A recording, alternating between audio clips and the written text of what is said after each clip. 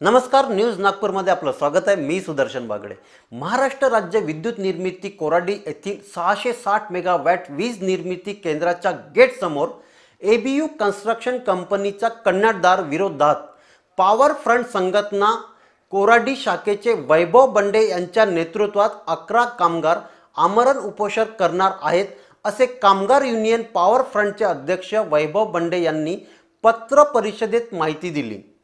ABU कंपनीचा कंत्राटदार भरत पटेल व सुपरवायझर उर्वेश पटेल हे कारण न सांगता कामगारांना कामावरून काढतात व कामावर असलेल्या कामगारांवर हुकुमशाही करत दडपण आणून मानसिक छळ करीत असल्याचा आरोप बंडे यांनी केला। याकरिता बंडे यांनी अनेकदा ऊर्जा मंत्री, कामगार मंत्री, महाजेनकोचे चीफ इंजिनियर व संबंधित मोठमोठ्या अधिकाऱ्यांना लेखी स्वरूपात पत्रे देऊन निदर्शनेही केले असून अधिकारी कंत्राटदारांना पाठीशी घालण्याचा आरोपही केला। म्हणूनच जोपर्यंत कामगारांना न्याय मिळत नाही तोपर्यंत आमरण उपोषण करण्याचे ठरविले, असे बंडे म्हणाले। पॉवर फ्रंट त्या संघटनेचे अध्यक्ष वैभव बंडे आहेत आपल्या बरोबर ना, इतरही कामगार आहेत, त्यांच्याबरोबर जाणून घेऊया आपण की आमरण उपोषण जे करणार आहेत त्या आमरण उपोषण करण्यामागचं नेमकं कारण काय आहे। कंपन्यांमध्ये जर कंत्राटदार कामगाराकडून काही कामामध्ये अलगर्जीपणा असो या कोणत्या प्रकारचं वाईट कृत्य केलं असेल, बाकी कॉन्ट्रॅक्टर बाकायदा पत्र देतात, एक नाही दोन नाही तीनदा पत्र देतात आणि शोकट नोटीस देऊन मग त्याला घरी बसवतात।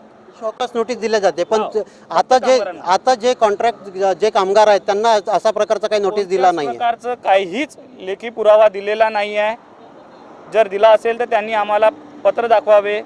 आणि एक नितेश माकडे म्हणून आहे, त्या कामगाराला जेव्हापासून कामावर लागलेला आहे मी सगळा पुरावा दिलेला आहे, पगार स्लिप पासून सगळं काही दिलं आहे, तरी त्याला कोणत्याही नेता टाइप आधा काम मत करो, सब्सक्राइब के साथ साथ बेल आइकॉन भी दबाओ।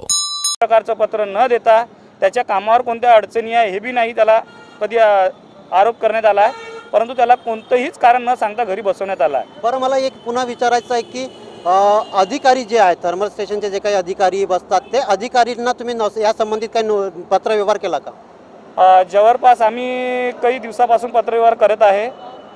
आम्हीच नाही, आमची जे कोराडीतील कृती समिती आहे, ज्या 5 संघटना त्याच्यामध्ये समाविष्ट आहे, त्यांच्या थ्रू सुद्धा दोनदा नारेबाजी आंदोलन शासनाला पत्र देऊन याच विषयावर करण्यात आले आहे। त्यावर आमचे मुख्य अभियंता साहेबांनी मिटिंगा लावल्या।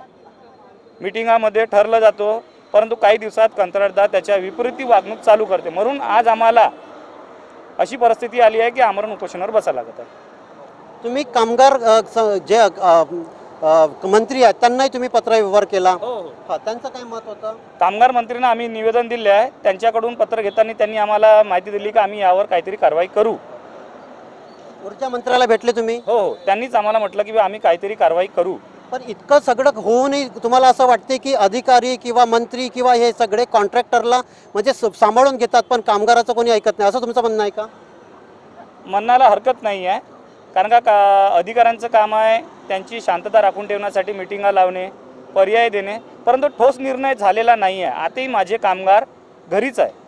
आम्ही जे पत्रव्यवहार केले, आम्हाला ऊर्जा मंत्री साहेब असो किंवा कामगार मंत्री साहेब असो, आमचे मुख्य अभियंता साहेब होतो, यांच्याकडून मीटिंगचे प्रस्ताव आलेले आहे, परंतु आमची मागणी एकच आहे की आमचे जे मुद्दे आम्ही ते दर्शवलेले आहे, तुम्ही यावर चर्चा करून तुम्हीच ठरवावे आणि आम्हाला बाकायदा त्यावर उत्तर देऊ का बा तुम्ही आमरण कशाला करता। आम्ही यांच्या मागण्या मान्य केल्या।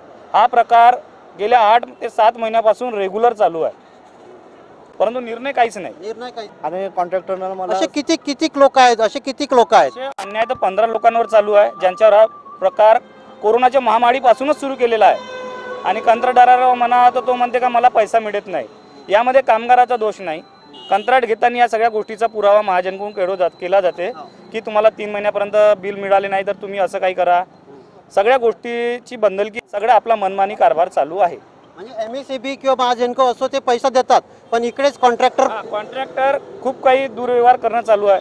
आणि सगळ्यात महत्त्वाची, ज्या गोष्टीचा पुरावा नसते अशा प्रकारचा मानसिक त्रास कॉन्ट्रॅक्टरकडून दिला जाते। याबद्दल कामगारांनी अधिकाऱ्यांना सुद्धा माहिती पुरावे दिले आहे, परंतु कॉन्ट्रॅक्टरचं काही विचार दिसून राहिलेला नाही।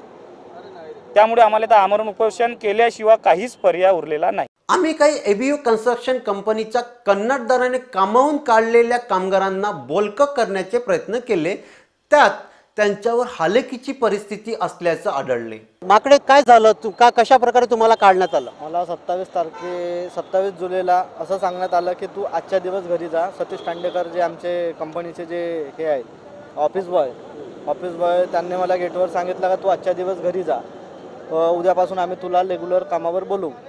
पण मला त्याच्यानंतर कधीच मी खूपदा त्यांना कॉल केला, भेटायला आलो, त्यांच्याकडून हलगर्जीपणाचे उत्तर मिळू लागले मला. मग असं सांगण्यात आलं आहे का तू काही दिवस घरी बस, आम्ही तुला थोडं यांचे मॅटर सुरू आहे, त्याच्यानंतर मॅटर सॉल्व झाल्यानंतर आम्ही तुला कामावर जसं पूर्वरत होतं तसं तुला घेऊ. कारण नाही समजलं, कारण अजून नाही सांगितलं मला. आणि तेव्हापासनं माझी गेटपास घेतली, तेव्हापासनं मला घरी बसवण्यात आला. आता जवळपास 6 महिन्याचा कालावधी होऊन राहिला मी घरी बसून आहे. 6 महिने झाले. 6 महिने झाले. तेव्हापासून तो कार्यरत होता इथे? याच्यामध्ये मी 2.5-3 वर्ष झाले कार्यरत. 2.5-3 वर्षापासून कार्यरत होता. काही कारण नसताना काही तुला कारण काढून टाकलं, नसताना. एक दिवसासाठी घरी बस. मग काय? आणखी कोण आहेत? हा, काय झालं तुमचं? अमरदीप बागडे आहे आणि आम्ही ABU कॉन्ट्रॅक्टर या इथे आम्ही कामावर आहोत. तरी बी आम्हाला पूर्ण सूचना न देता त्यांनी आम्हाला बंद केलं. उद्यापासून तुम्ही कामावर या नको किती म्हणे. वर्षापासून कार्यरत? आम्ही 2.5-3 वर्षापासून 2.5-3 वर्षापासून तुम्ही पण कामावर कामावर होते. काही कारण न सांगता न तुम्हाला सांगता. काढून देण्यात आलं. हो. तुमचं काय झालं?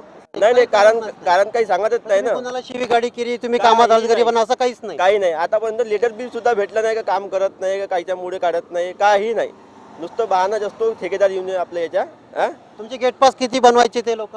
1 महिन्याचीच बनवते घेत 1 महिन्याची. तुमची? आमची बी 1 महिन्याची. माझी पण अच्छा, म्हणजे ज्यांना तुम्हाला असं म्हणताय मनात काही ज्यांना 1 महिन्याचा नोटीस देतात ते आता बिलकुल हॉट सीटवर बसले, समजा हॉट सीटवरच बसले आहेत, टेम्पररी म्हणूनच दर्शवले जाते. खूपच गंभीर आहे आता सध्या. खायच्या ठिकाणा नाही राहिला आता. हा, सब किरायवाले सगळे राहणार आहे. हा, माझ्या घरी तर मी किराण्याच राहतो म्हणा. माझ्यावरच घर चालते. कोण आहे तुमच्या इथे? माझ्या घरी कोणी कमवणारा नाही कोणी आहे. कमवणार नाही. 2 जण बिमार आहे ऑलरेडी आणि मी एकटाच कमवणार आहे. तुमच्याकडे कोणी कमवणार नाही, तुम्ही एकटेच होते कमवणारे. माझ्या घरी मी एकटा स्वतःच कमवणार आहे. भाड्याने राहता? हा, मी भाड्याने राहतो. माझ्या घरी 2 पेशंट आहेत. वडिलाला शुगर आहे, त्यांची परिस्थिती नाजूक राहते. या संबंधित न्यूज नागपूरच्या टीमने महाजेनकोचे चीफ इंजिनियरला विचारणा केली असता 14 तारखेला याविषयी संबंधित अधिकाऱ्यासह कंत्राटदार व कंत्राटी कामगार युनियन पॉवर फ्रंट सोबत तातडीची बैठक घेऊन वाजवी मागण्या पूर्ण केल्या जातील आणि कामगारांना 16 तारखेला आंदोलन करण्याची वेळ येणार नाही, असे चीफ इंजिनियर राजेश पाटील यांनी न्यूज नागपूरच्या प्रतिनिधीशी बोलले. धन्यवाद. न्यूज नागपूरला लाईक, शेअर आणि सबस्क्राईब करा. खूप खूप धन्यवाद.